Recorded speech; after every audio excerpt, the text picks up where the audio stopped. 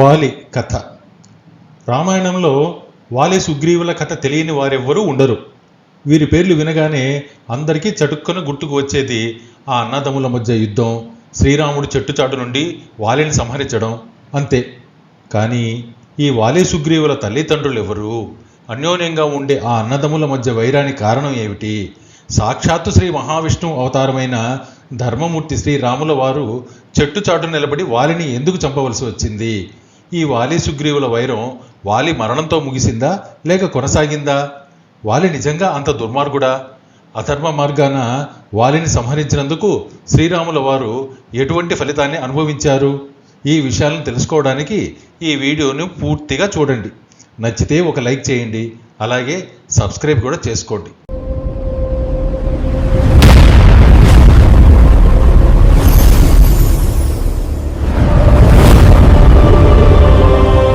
కిష్కింధ రాజ్యాన్ని వృక్షరజనుడు అను వానర రాజు పరిపాలిస్తూ ఉండేవాడు.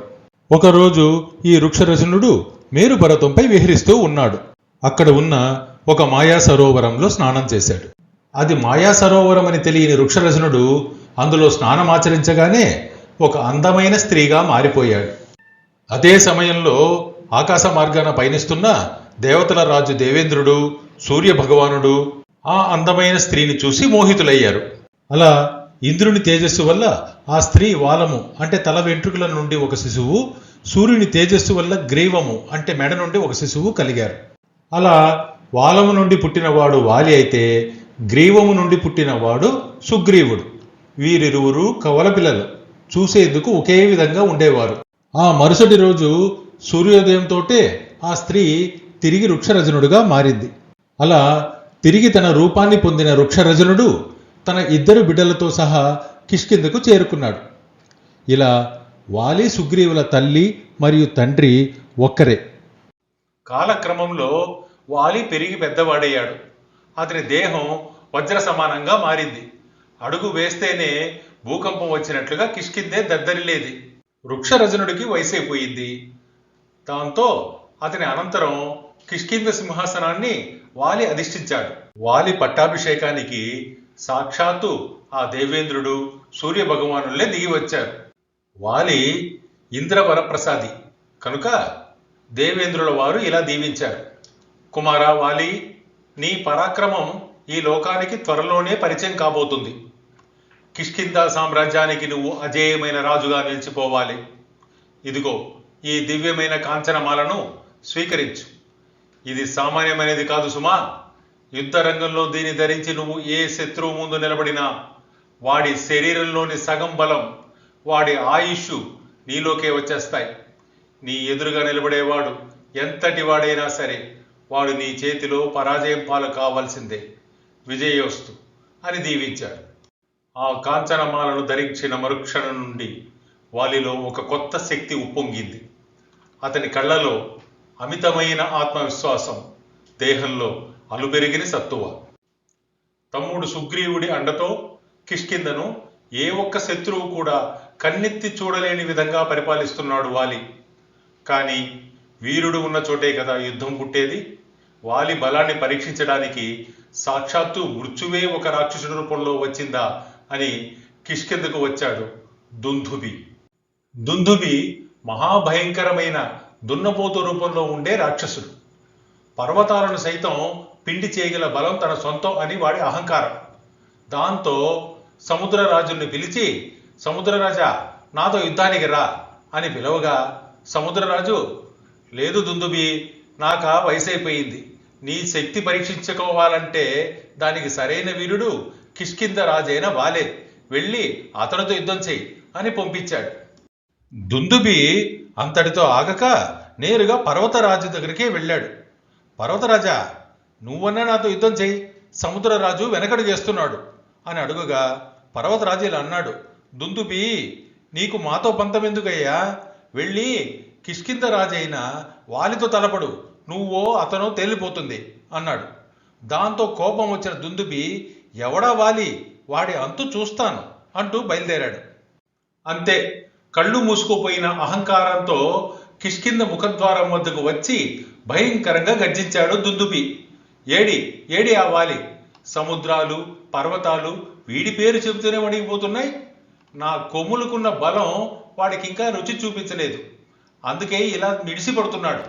ఒరే వాలి, నిన్నేరా, ప్రాణాల మీద ఆశ ఉంటే నా పాదాల మీద పడి బానిసలా బతుకు, లేకుంటే బయటికి రారా. ఈ రోజు నీ రక్తం తాగి నా దాహం తీర్చుకుంటాను. దాక్కున్నావా పిరికి పంద, బయటికి రా అంటూ ఎలుగెత్తి పిలవసాగాడు. ఈ దుందుబి అరుపులు అంతఃపురంలో హాయిగా నిద్రిస్తున్న వాలి చెవున పడనే పడ్డాయి. దాంతో నిద్ర లేచిన వాలి మిక్కిలి కోపావేశాలతో ఒక్క ఉదుడున కోట గుమ్మం వద్దకు వచ్చి చేరాడు. ఓరి మూర్ఖ దుందుబి, నీవు ఎక్కడ తగులుకున్నావరా నన్ను? మంచి నిద్రపోతున్నా నన్ను నిద్ర చెడగొట్టిందే కాక యుద్ధానికి వచ్చి బలపరీక్ష చేసుకోవాలా? ఎవడ్రా నువ్వు అసలు అంటూ ఒక్క ఉదుటిన వాడి మీద పడి చావ చితక కొట్టసాగాడు. అంతే, మరుక్షణం వాలి దుందుబుల మధ్య భయంకరమైన పోరు మొదలైంది. చెట్లు కూలిపోతున్నాయి, కొండలు పడిపోతున్నాయి. దుందుబి తన వాడైన కొమ్ములతో వాలిని కుమ్మాలని చూస్తున్నాడు. కానీ కాంచనమాల ప్రభావం వల్ల దుందుబి బలం సగం వాలిలోకే వచ్చేసింది. అంతే, వాలి ఒక్క క్షణం కూడా ఆలోచించకుండా 2 చేతులతో దుందుబి కుమ్ములను గట్టిగా పట్టుకున్నాడు. తన బలమంతా ఉపయోగించి ఆ రాక్షసుడిని గాలిలోకి ఎత్తి నేలకేసి భయంకరంగా కొట్టాడు. ఆ దెబ్బకు దుందుబి తల పగిలి రక్తం కక్కుతూ అక్కడికక్కడే ప్రాణాలు వదిలాడు. అయినా కోపం చల్లారని వాలి ఆ మహాకాయుడైన రాక్షసుడి మృతదేహాన్ని ఒక చిన్న రాయిని విసిరినట్లుగా గాలిలోకి విసిరేశాడు. ఆ దుందుబి మృతదేహం పలు యోజనాల దూరం ప్రయాణించి ఋష్యమూక పర్వతం మీదున్న మాతంగాశ్రమం దగ్గర పడింది. ఆ సమయంలో మాతంగ మునీశ్వరుల వారు హోమం చేస్తున్నారు. అది చూసిన మాతంగ మహాముని ఆగ్రహించాడు. జరిగిన విషయాన్ని తన దివ్య దృష్టితో తెలుసుకున్న మాతంగ మునీశ్వరుల వారు ఇలా అన్నారు: నా ఆశ్రమాన్ని అపవిత్రం చేసిన ఆ వాలి ఈ ఋష్యమూక పర్వతం మీద కాలు పెట్టిన వెంటనే మరణిస్తాడు అని శపించాడు. ఆ శాపమే తరువాతి కాలంలో సుగ్రీవుడికి ప్రాణరక్షణగా మారి వరంగా నిలిచింది. కిష్కింధలో వాలి పరాక్రమం నలుదిశలా వ్యాపించింది. అతని భుజబలం ముందు నిలబడగల వీరుడు ఈ భూమండలంలోనే లేడన్న కీర్తి ముల్లోకాలకు చేరింది. అలా లంకానగరాన్ని పాలిస్తున్న రావణ బ్రహ్మ చెవిని కూడా పడింది. ముల్లోకాలను జయించి అష్టదిక్పాలకులను సైతం తన అధీనంలో ఉంచుకున్న ఆ లంకేశ్వరుడి అహంకారానికి వాలి పరాక్రమం ఒక సవాలుగా మారింది. వాల, ఎవడా వానరం, అజేయుడు అంటున్నారు? ఆ కైలాస పర్వతాన్ని నా చేతులతో ఎత్తిన నాకంటే బలవంతుడావాడు. ముల్లోకాలను శాసించే ఈ దశకంఠుడికి సమ ఉజ్జీన. వాడిని సంహరించాకే ఈ లంకేశ్వరుడికి శాంతి. నా పుష్పక విమానం సిద్ధం చేయండి అంటూ మితిమీరిన అహంకారంతో వాలి సంహారానికై బయలుదేరాడు లంకేశ్వరుడు. అలా రావణాసురుడు తన పుష్పక విమానం ఎక్కి కిష్కింధకు బయలుదేరాడు. కానీ ఆ సమయంలో వాలి కిష్కింధలో లేడు. తన దినచర్యలో భాగంగా దక్షిణ సముద్ర తీరంలో కళ్ళు మూసుకుని సూర్య భగవానునికి భక్తి శ్రద్ధలతో సంధ్యావందనం చేసుకుంటున్నాడు. ఈ సన్నివేశాన్ని రావణుడు పుష్పక విమానం పైనుండి చూచాడు. కళ్ళు మూసుకుని తన మానాన తాను సంధ్యావందనం చేసుకుంటున్న వాలిని చూచి రావణుడికి ఒక దుర్బుద్ధి పుట్టింది. నేరుగా వెళ్ళి పోరాడడం ఎందుకు, వెనక నుండి వెళ్ళి పట్టేసుకుంటే పోలా? అలా అనుకున్నదే తడువుగా పిల్లిలా వాలి వెనక నుంచి వాలిని సమీపించసాగాడు. కానీ వెనక నుంచి వస్తున్న కాలి చప్పుడు వినలేనంత చెవిటివాడు కాడు వాలి. రావణుని రాక పసిగట్టి అలా నక్కలా దొంగచాటుగా రావడం ఎందుకు రావణ? సింహంలా నేరుగా రాలేకపోయావా? అయినా నేనిప్పుడు సూర్య భగవానుడికి ఆర్ఘ్యం ఇస్తున్నాను. అంతవరకు ఇలా నా బాహుల మధ్య బందీగా ఉండు అంటూ రావణ్ణి తన సంకలో ఇరికించుకుని తన సంధ్యా కార్యక్రమాన్ని కొనసాగించాడు. వాలి సప్త సముద్రాల్లో సంధ్య సమర్పిస్తాడు. అంతే, అలా సంకలో రావణుని ఉంచుకుని సప్త సముద్రాల్లో ముంచి ఎత్తాడు. దీంతో ఊపిరి ఆడక రావణునికి ప్రాణం పోయినంత పనైంది.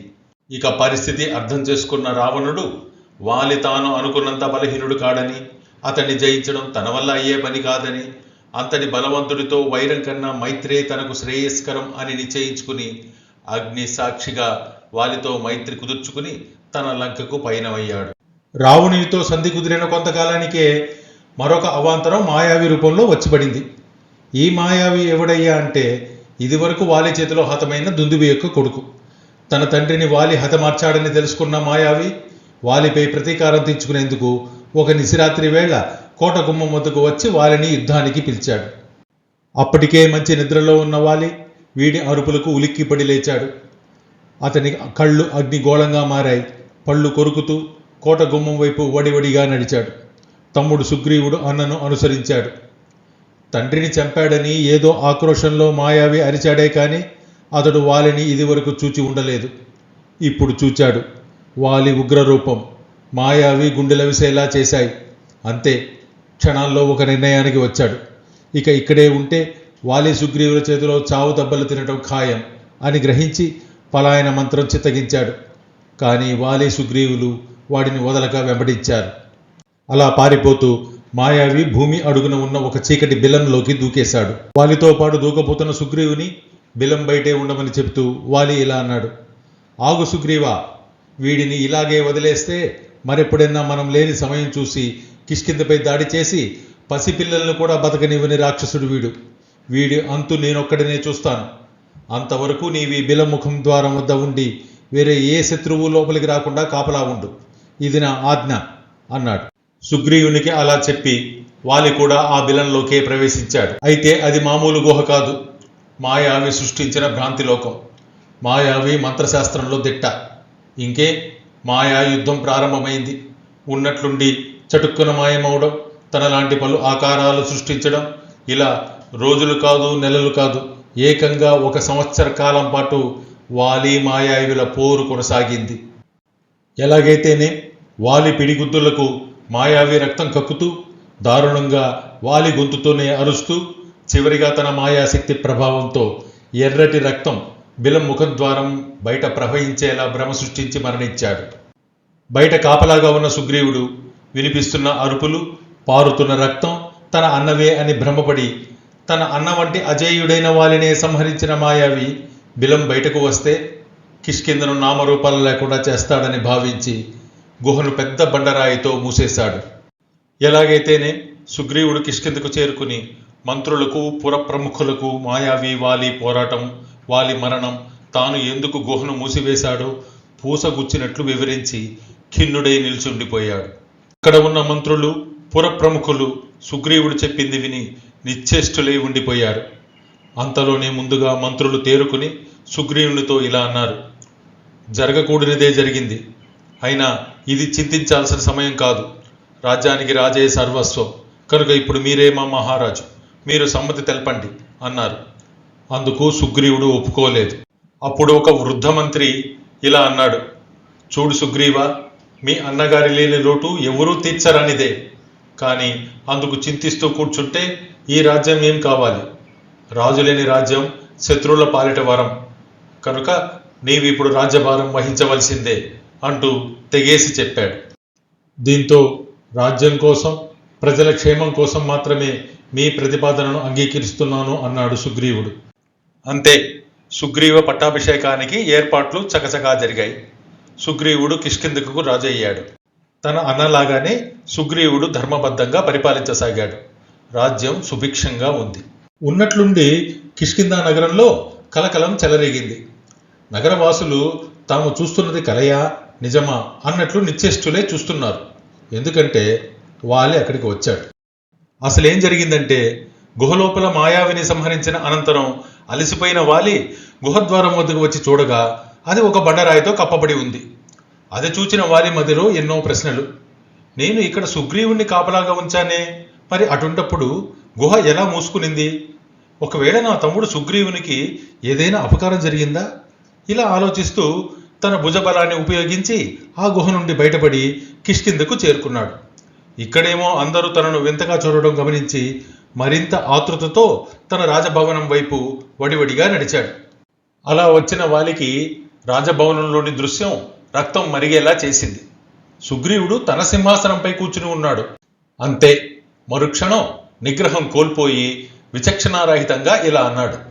నేను గుహలో రాక్షసుణ్ణి సంహరించడానికై నా రక్తం చిందిస్తూ ఉంటే నీవు నా సింహాసనం ఎక్కి భోగాలు అనుభవిస్తున్నావా? ద్రోహి, నిన్ను నా ప్రాణం కన్నా మిన్నగా భావించానేరా. నాకు ద్రోహం చేయాలని ఎలా అనిపించింది? నీకు ఈ సింహాసనంపై మక్కువ ఉండి నన్ను అడిగి ఉంటే తృణప్రాయంగా నీకు ఇచ్చుండేవాడిని కదరా. కానీ నువ్వు నాకు ద్రోహం చేశావు అంటూ ఉండగా ఆందోళన ఆతృత కలగలిసిన స్వరంతో సుగ్రీవుడు అడ్డుపడుతూ, అన్నా, నీ నిందలు నేను భరించలేను. నేను చెప్పేది కాస్త శాంతంగా విను అంటూ జరిగిన విషయాన్ని, గుహను ఎందుకు మూసివేయాల్సి వచ్చిందో కూడా చెప్పాడు. సుగ్రీవుని సమాధానాన్ని సమర్థిస్తూ వృద్ధ మంత్రి మరియు వాలి భార్య తార కూడా వాలిని శాంతపరచడానికే చూశారు. కానీ వాలి ఇప్పుడు ఎవరి మాట వినే పరిస్థితుల్లో లేడు. ఇంకా ఇలా అన్నాడు, ఒకవేళ నేను మాయావి చేతిలో మరణించే ఉంటే ఒక తమ్ముడిగా నీవు వాడితో తలపడి వాడిని సంహరించాలి గాని ఇలా గుహ మూసివేస్తావా? అసలు నేను గుహలో ప్రవేశించగానే నువ్వు గుహను మూసివేశావు కదూ. నా తోబుట్టువు కాబట్టి నిన్ను ప్రాణాలతో వదులుతున్నాను. ఇక ఒక్క క్షణం ఇక్కడ ఉంటే ఆ మాయావికి పట్టిన గతే నీకు కూడా అంటూ తన రాజ్యం విడిచి వెళ్ళిపోమని ఆజ్ఞాపించాడు. ఇక్కడే వాలి ఒక తప్పు చేశాడు. సుగ్రీవుని రాజ్యబహిష్కరణ చేశాడే కానీ సుగ్రీవుని భార్య అయిన రుమను మాత్రం అతనితో పంపలేదు. ఈ సంఘటనే చరిత్రలో వాలిని ఒక దుర్మార్గుడుగా చిత్రీకరించింది. కానీ ఆమెను వాలి కామంతో నిర్బంధించినట్లు ఎక్కడా లేదు. వాలి ఒక కోపిష్టివాడు అంతే. ఇక సుగ్రీవుని పరిస్థితి, ఇటు రాజ్యలక్ష్మిని అటు గృహలక్ష్మిని కోల్పోయిన సుగ్రీవుడు తన కొద్దిమంది అనుచరులతో కిష్కింధను విడిచిపెట్టాడు. ఆ అనుచరులలో హనుమంతుల వారు కూడా ఉన్నారు. తన అన్న చేతిలో ఘోరంగా అవమానం పొంది తన భార్యను ఎడబాసిన సుగ్రీవుడు కిష్కింధను వదిలి పలు యోజనాల దూరంలో కల ఋషముఖ పర్వతంపైకి చేరుకున్నాడు. అందుకు ఒక కారణం ఉంది. పూర్వం మాతంగ మునీంద్రుల వారు దుందుబి సంహార సమయంలో వాలికి ఋష్యమూక పర్వతంపై కాలు పెడితే మరణిస్తాడని శపించాడు. అందువల్ల వాలి ఇటువైపు రాడు. అయినా సుగ్రీవునికి మనసులో ఏదో శంక. అటువంటి సమయంలో ఆ పర్వతం కింద మహా తేజస్సు గల ఇద్దరు వీరులు చేతిలో విల్లంబులు ధరించి పర్వతంపైకి రావడం గమనించాడు సుగ్రీవుడు. వెంటనే, హనుమా, చూసావా ఇద్దరిని? నన్ను చంపడానికే నా అన్న వాలి తాను ఇక్కడికి రాలేక వారిద్దరిని పంపినట్లున్నాడు. చూస్తే మహావీరుల్లా ఉన్నారు. నీవు వెంటనే వెళ్ళి వాళ్ళు ఎవరో, ఎక్కడి నుంచి వచ్చారో, ఎందుకోసం వచ్చారో కనుక్కో. వాళ్ళు హంతకులైతే మనం వెంటనే ఇక్కడి నుంచి వెళ్ళిపోవాలి అని అన్నాడు. సుగ్రీవుని ఆజ్ఞ మేరకు హనుమంతుల వారు తన కామరూప విద్య ద్వారా ఒక బ్రాహ్మణుని వేషం దాల్చాడు. అలా కామరూపధారి అయిన హనుమ ఆ వీరుల ముందుకు వెళ్ళి అత్యంత వినయంతో వారి పరిచయ వివరాలు అడిగాడు. అయ్యా నమస్కారం. తమరి దేహం చూస్తుంటే రాజకుమారుల్లా ఉన్నారు. కానీ వేషధారణ మాత్రం సన్యాసుల్లా ఉన్నాయి. ముల్లోకాలను ఏలగల తేజస్సు మీ ముఖాల్లో కనిపిస్తుంది. మీ పాదస్పర్శతో ఈ ఋషముఖ పర్వతం పావనమైంది. దయచేసి మీరు ఎవరో, ఎక్కడి నుండి వచ్చారో, ఎందుకొరకు వచ్చారో సెలవివ్వండి అని అడిగాడు. కానీ వచ్చిన వాళ్ళు సాక్షాత్తు శ్రీరామ లక్ష్మణులని హనుమకు అప్పుడు తెలియదు. అప్పుడు శ్రీరాముల వారు లక్ష్మణుని చూసి ఇలా అన్నారు. చూసావా లక్ష్మణ, ఇతని మాటలు ఒక్క అపశబ్దం లేదు, ఒక్క వ్యాకరణ దోషము లేదు. వేదాలు చదివిన మహాపండితుడైతే తప్ప ఇంత స్పష్టంగా ఇంత మృదువుగా మాట్లాడలేరు. వీరు సామాన్యులు కారు అన్నాడు. అలా చెప్పి హనుమ వైపు తిరిగి తన వృత్తాంతాన్ని, తండ్రి మాట కోసం అరణ్యవాసానికి రావడం, రావణుడు సీతమ్మ వారిని అపహరించడం, ఆమె జాడ వెతుకుతూ ఇక్కడి దాకా రావడం అన్నీ వివరించాడు. అది విన్న హనుమ కళ్ళు చెమర్చాయి. ప్రభూ, నన్ను క్షమించండి. ఇన్ని ఏళ్లు నా కళ్ళు కాయలు కాసేలా ఎవరి కోసమైతే ఎదురు చూస్తున్నానో, సాక్షాత్తు నా ఇష్టదైవం నా కళ్ళ ఎదురుగా ఉన్నా గుర్తుపట్టలేకపోయిన మూర్ఖుడిని క్షమించండి మహాప్రభు, క్షమించండి అని రోధించాడు. కొంచెం తేరుకుని హనుమ మళ్ళీ ఇలా అన్నాడు. ప్రభు, మీరు చింతించకండి. ఈ క్షణమే మిమ్మల్ని మా రాజు సుగ్రీవుడి వద్దకు తీసుకువెళ్తాను. 7 సముద్రాలు దాటైన సీతమ్మ వారి జాడ తెలుసుకుంటాం అని భరోసా ఇచ్చాడు. అలా చెప్పిన హనుమ రామలక్ష్మణులను సుగ్రీవుని చెంతకు తీసుకువెళ్ళాడు. అక్కడ ఇద్దరు విధివంచితుల మధ్య కలయిక జరిగింది. భార్యకు కనపడనంత దూరంగా పోయిన సుగ్రీవుడు ఒకవైపు, కనపడని భార్యని వెతుకుతున్న శ్రీరాముడు మరొక వైపు. ఆ రోజు అగ్ని సాక్షిగా వారి మధ్య మైత్రి కుదిరింది. సుగ్రీవుడి పరిస్థితిని తన పరిస్థితితో పోల్చుకున్న శ్రీరామచంద్రుడు ఇలా అన్నాడు.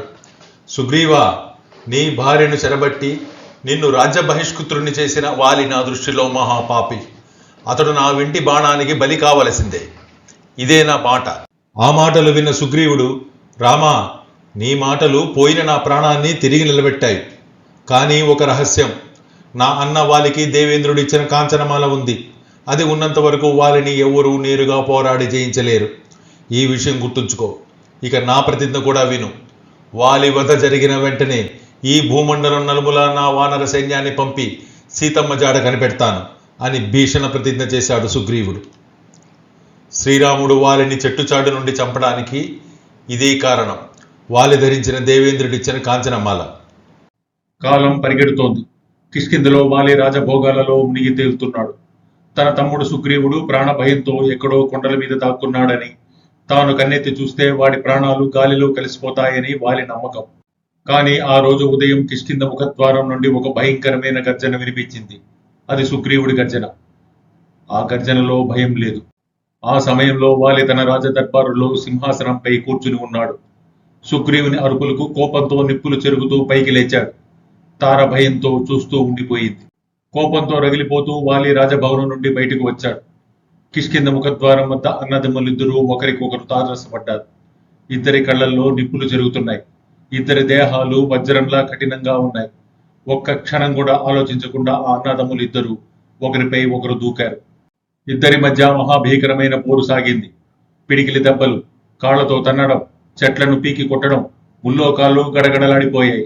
కానీ సుగ్రీవుడు ఎంత ప్రయత్నించినా వాలి బలం ముందు నిలబడలేకపోయాడు. కాంచనమాల ప్రభావం వల్ల సుగ్రీవుడు బలహీనుడిగా మారిపోయాడు. వాలి సుగ్రీవుడిని దారుణంగా కొడుతున్నాడు.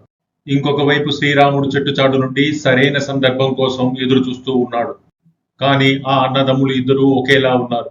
ఏదైనా పొరపాటు జరిగితే వాలి బదులుగా సుగ్రీవుడు మరణిస్తాడు. అందుచేత శ్రీరాముడు మిన్నకుండిపోయాడు. సుగ్రీవుడు రక్తం కక్కుతూ ప్రాణాలు గుప్పెట్లో పెట్టుకుని ఋష్యమూక పర్వతం వైపు పారిపోయాడు. సుగ్రీవుడు పారిపోవడంతో వాలి విజయ గర్వంతో కిష్కింధకు చేరుకున్నాడు. రాముడు తనను కాపాడలేకపోయాడని సుగ్రీవుడు నిందించాడు. కానీ రాముడు తన ఒప్పందాన్ని మర్చిపోలేదు. ఆ యుద్ధంలో సుగ్రీవుడిని గుర్తించడానికి ఆనవాళ్ళ కోసం గజ పుష్పమాలను సుగ్రీవుడి మెడలో ధరింపజేసి మళ్లీ వాలిని యుద్ధానికి సవాలు చేయమన్నాడు శ్రీరాముడు. ఈసారి శ్రీరాముడిచ్చిన గజమాలను ధరించి సుగ్రీవుడు తిరిగి కిష్కింధ ద్వారం వద్దకు వచ్చి సింహనాదం చేశాడు. అప్పుడు తార తన భర్త వద్దకు వెళ్ళి ఇలా అంది: నాథా, సుగ్రీవుడు ఎంత రెచ్చగొట్టినా ఈరోజు మాత్రం మీరు యుద్ధానికి వెళ్ళకండి. మీ పేరు తలుచుకుంటేనే భయపడే సుగ్రీవుడికి ఇంత ధైర్యం ఎలా వచ్చింది? ఒక్కసారి శాంతంగా ఆలోచించండి. ఇందులో ఏదో కుట్ర దాగి ఉన్నది. అందుకు వాలి ఇలా అన్నాడు: దేవి, ఆ అర్భకుడు సుగ్రీవునికి ఆ త్రిమూర్తులే సమర్థించుగాక. కానీ ఒక వీరుడుగా సవాలు స్వీకరించడమే నా ధర్మం. ఇక నన్ను ఆపకు అంటూ కోట ముఖద్వారం వద్దకు వేగంగా కదిలాడు వాలి. తిరిగి వాలి సుగ్రీవుల పోరు మొదలైంది. ఈసారి శ్రీరాముడు సుగ్రీవుడు ధరించిన గజమాల ఆధారంగా వాలి వైపు వింటిని ఎక్కుబెట్టి బాణం సంధించాడు. వాలి ఛాతీలోకి రామబాణం దూసుకెళ్ళింది. తన బలమంతా ఒక్క క్షణంలో నీరుగారిపోయింది. తన ప్రాణాలు గాలిలో కలిసిపోతున్నాయని వాలికి అర్థమైంది. ఎవరు నాపై ఈ బాణం వేశారు అని ప్రశ్నించుకుంటూ వాలి కుప్పకూలాడు. మసకబారుతున్న కళ్ళతో చెట్టుచాటు నుండి రామలక్ష్మణులు బయటికి రావడం చూశాడు వాలి. రామా, నీవే కదో అయోధ్యరాముడివి. నిన్ను ధర్మమూర్తి అంటారే. కానీ పిరికివాడిలా చెట్టుచాటు నుండి చంపడం ఎందుకు? అసలు నన్ను అడిగి ఉంటే ఆ రావణుని ఒక్క రోజులో సంహరించి సీతమ్మను నీకు అప్పగిద్దురు కదా. ఈ దొంగ దెబ్బ ఎందుకు రామా అని అడిగాడు. వాలి యొక్క ఈ ప్రశ్నలకు జవాబుగా రాముడు ఇలా అన్నాడు: వాలి, నీవు ఒక మహావీరుడు, అందులో సందేహం లేదు. అలాగే నీకు రావణునికి మధ్య భేదం కూడా లేదు. ఇద్దరూ పరస్త్రీలను నిర్బంధించిన వాళ్లే.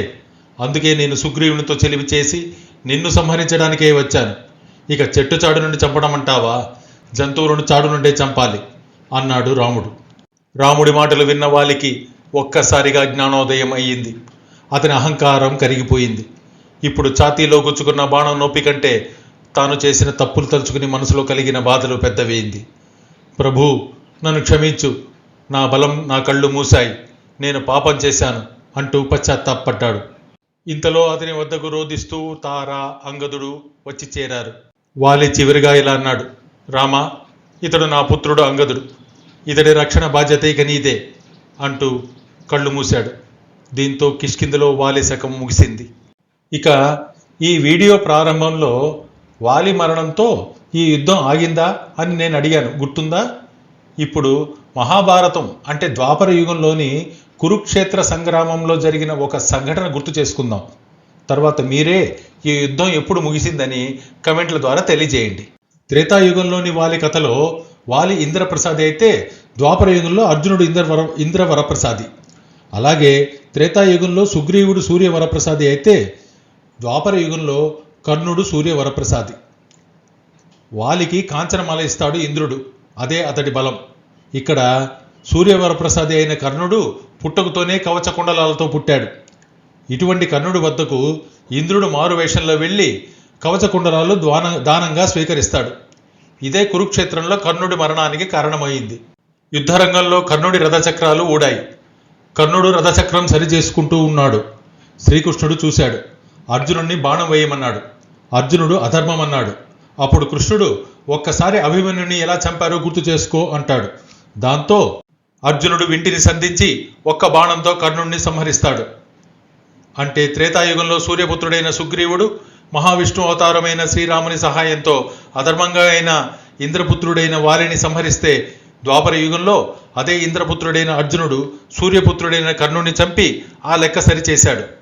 ఇక చెట్టు చాడు నుండి వాలిని చంపిన శ్రీరాముడు ఎటువంటి ఫలితాన్ని అనుభవించాడన్న ప్రశ్నకి తిరిగి ద్వాపర యుగంలో సమాధానం దొరుకుతుంది.